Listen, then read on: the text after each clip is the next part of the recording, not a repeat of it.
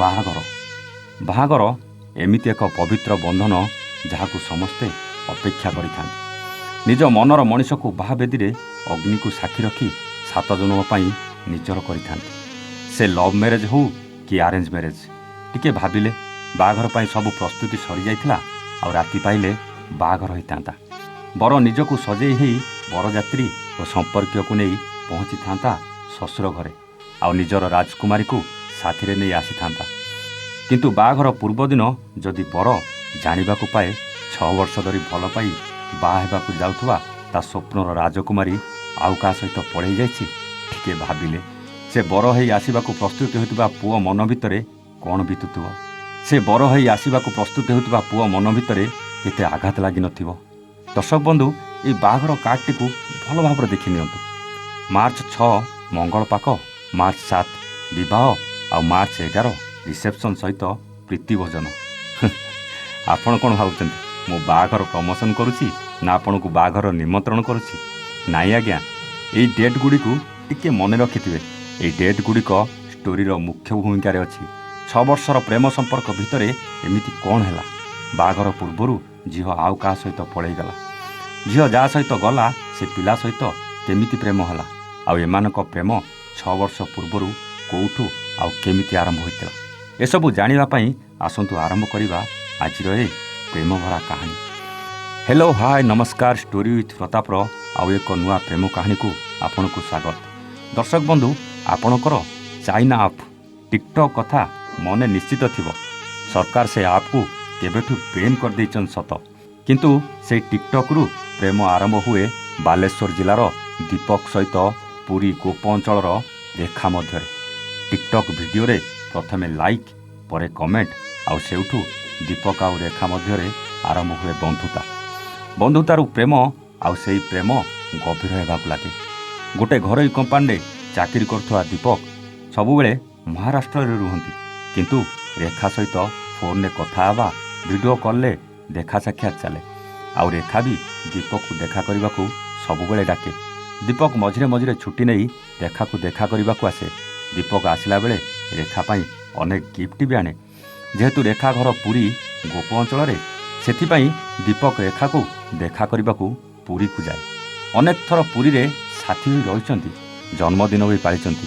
ନିଜ ସ୍ମୃତିକୁ ସାଉଁଟି ରଖିବା ପାଇଁ ମୋବାଇଲରେ ଫଟୋ ଭିଡ଼ିଓ ବି ସୁଟ୍ କରିଛନ୍ତି। ୟା ଭିତରେ ଦୀପକ ବି ରେଖା ପାଇଁ ଟେଲିକମ୍ କମ୍ପାନୀରେ ଗୋଟେ ଚାକିରି ବୁଝେ, ଆଉ ରେଖାର ଚାକିରି ବି ହେଇଯାଏ। ଏମିତିରେ ବିତିଯାଏ ଦୀର୍ଘ 6 ବର୍ଷ। ଉଭୟଙ୍କ ବାହା ହେବାର ସମୟ ଆସିଯାଏ, ଆଉ ଉଭୟଙ୍କ ପରିବାର ମଧ୍ୟ ବାହାଘର ପାଇଁ ପ୍ରସ୍ତାବ ଦେଖିବା ଆରମ୍ଭ କରିଦିଅନ୍ତି। ଦୀପକ ଆଉ ରେଖା ଭାବନ୍ତି ପରିବାର ଲୋକଙ୍କୁ ଅନ୍ୟ ଆଡ଼େ କାହିଁକି ଖୋଜାଖୋଜି କରି ହଇରାଣ କରିବା, ଆମେ ଆମ ପ୍ରେମ କଥା ଘରେ କହିଦେବା। ଆଉ ଦିନେ ସାହସ କରି ଉଭୟଙ୍କ ପରିବାରକୁ ନିଜ ପ୍ରେମ କଥା କହିଦିଅନ୍ତି। ଉଭୟଙ୍କ ପରିବାର ସବୁ ଦେଖାଦେଖି ବୁଝାବୁଝି ପରେ ଦୀପକ ଆଉ ରେଖାର ବାହାଘର ପାଇଁ ରାଜି ହେଇଯାନ୍ତି, ଆଉ ବାହାଘର ପାଇଁ ଲଗ୍ନ ବି ସ୍ଥିର କରିଦିଅନ୍ତି। ବାହାଘର ଫାଇନାଲ୍ କଥା ଶୁଣି ବହୁତ ଖୁସି ଥାନ୍ତି ଦୀପକ ଆଉ ରେଖା। କିନ୍ତୁ ଦୀପକ ଜାଣିନଥିଲା ରେଖା ତାକୁ ଧୋକା ଦେବାକୁ ଯାଉଛି। 6 ବର୍ଷ ଧରି ରେଖା ଭଲ ପାଇବା ନାଁରେ ତା ସହିତ ଛଳନା କରୁଛି। ଦୀପକ ସିନା ରେଖାକୁ ପାଇବାକୁ ଯାଉଛି ବୋଲି ମନେ ମନେ ବହୁତ ଖୁସି ଥିଲା। କେମିତି ବା ଖୁସି ହେବନି? ଏତେ ଦିନ ଧରି ଭଲ ପାଉଥିବା ମନର ମଣିଷ ଆଉ ସ୍ୱପ୍ନର ରାଜକୁମାରୀକୁ ଅଗ୍ନିକୁ ସାକ୍ଷୀ ରଖି 7 ଜନ୍ମର ସାଥୀ କରିବାକୁ ଯାଉଥିଲା। କିନ୍ତୁ ସେପଟେ ଭଲ ପାଇବା ନାଁରେ ଛଳନା କରୁଥିବା ରେଖା ମନ ଭିତରେ କିଛି ଅଲଗା ଥିଲା। ଦୀପକ ଭଳି ଜଣେ ନିରୀହ ମଣିଷକୁ ଠକିବାକୁ କରୁଥିଲା ବଡ଼ ପ୍ଲାନ୍। ରେଖା ଦୀପକକୁ ଭଲ ପାଇବାର ମିଛ ନାଟକ କରି ସେପଟେ ଆଉ ଜଣଙ୍କ ସହିତ ରଖିଥିଲା ପ୍ରେମ ସମ୍ପର୍କ। ଆଉ ଆପଣ ଜାଣିଲେ ଆଶ୍ଚର୍ଯ୍ୟ ହେବେ, ରେଖା ଦୀପକକୁ ଭଲ ପାଇବା ଆଗରୁ ସେ ପୁଅକୁ ଭଲ ପାଉଥିଲା। ଏକଥା ଏ ନିରୀହ ଦୀପକ ଜାଣି ନପାରି ପାଗଳ ଭଳି ରେଖାକୁ ଭଲ ପାଉଥିଲା। ଶେଷରେ ଦୀପକ ଆଉ ରେଖାର ଠିକ୍ ବାହାଘର ପୂର୍ବଦିନ ମାନେ 6 ତାରିଖ ଦିନ ଆଉ ରେଖାର ଫୋନ୍ ଲାଗିନଥିଲା। କାହିଁକିନା ରେଖା 5 ତାରିଖରୁ ତା ପୁରୁଣା ପ୍ରେମିକ ସହିତ କୁଆଡ଼େ ଫେରାର ହୋଇଯାଇଥିଲା। ଯେତେବେଳେ ରେଖାର ଫୋନ୍ ଲାଗିନଥିଲା, ଉଭୟ ପରିବାର ସହିତ ଦୀପକ ବି ବ୍ୟସ୍ତ ହୋଇପଡ଼ିଥିଲା। ଏପଟେ ବାହାଘର ପାଇଁ ବନ୍ଧୁବାନ୍ଧବରେ ଘର ପୂରି ଉଠିଥିଲା, ଆଉ ସେପଟେ ରେଖା ପୁରୁଣା ପ୍ରେମିକ ସହିତ ଫେରାର ଥିଲା। ସବୁଠୁ ବେଶୀ ଦୁଃଖ ଲାଗିଥିଲା ସେଦିନ ଯେଉଁଦିନ ରେଖା ତା ପୁରୁଣା ପ୍ରେମିକ ସହିତ ବାହା ହେଇ ଫଟୋ ଛାଡ଼ିଥିଲା। ଆପଣ ଜାଣିଲେ ଆଶ୍ଚର୍ଯ୍ୟ ହେବେ, ସେଦିନ ଥିଲା ମାର୍ଚ୍ଚ 11। ଆଉ ଦୀପକ ଯଦି ରେଖାକୁ ବାହା ହେଇଥାନ୍ତା ତେବେ ସେଦିନ ସେ ବଡ଼ ଧୁମଧାମରେ ସମ୍ପର୍କୀୟକୁ ଭୋଜି ଦେବାକୁ ପ୍ରସ୍ତୁତି କରୁଥିଲା। ଆଉ ଭୋଜି ପରେ ନିଜ ମନର ମଣିଷ ସହିତ ଚତୁର୍ଥୀ ରାତି ମନେଇଥାନ୍ତା।